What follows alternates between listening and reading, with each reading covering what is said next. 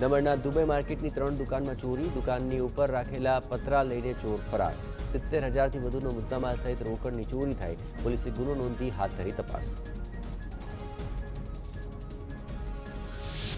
નવસારીના ચીખલીમાં 8 વર્ષીય આરોપી ઝડપાયો। જ્વેલર્સની લૂંટમાં નવસારી એલસીબીએ રાજસ્થાન જેલથી આરોપીનો કબજો મેળવ્યો। મુખ્ય સૂત્રધાર નાસ્તો ફરતો હોવાથી 10,000નું ઇનામ રાખ્યું હતું। 2016માં લૂંટારુઓએ લાખોના દાગીનાની ચોરી કરી હતી। ગાંધીનગર ગિફ્ટ સિટીમાં ચોરીના 2 આરોપીઓની ધરપકડ। અહીં ફૂડ કોર્ટના ઉદ્ઘાટન વખતે પર્સની ચોરી થઈ। એટીએમ કાર્ડ અને પાસવર્ડ મળી આવતા એટીએમમાંથી ઉપડ્યા રૂપિયા। 50,000 રૂપિયા અને 3 મોબાઈલ સાથે આરોપીની ધરપકડ।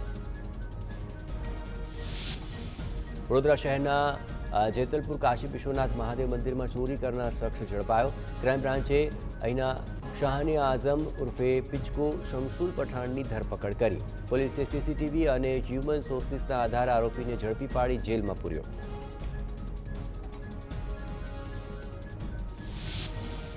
સુરતમાં રિક્ષામાં બેસાડી પેસેન્જરની નજર ચૂકવી રૂપિયા અને દાગીના ચોરતી ગેંગના આરોપીની ધરપકડ। ક્રાઇમ બ્રાન્ચે આરોપી આસિફ શેખની કરી છે અને આરોપી પોતાના 3 સાગરીતો સાથે રિક્ષા લઈને ચોરી કરવા જતો હતો।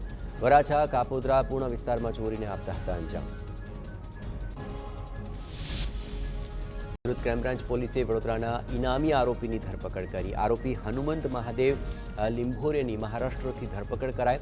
આરોપી વડોદરાના ટોપ 10 ઇનામી આરોપીઓમાં સામેલ હતો। તેની પર 10,000 રૂપિયાનું ઇનામ હતું।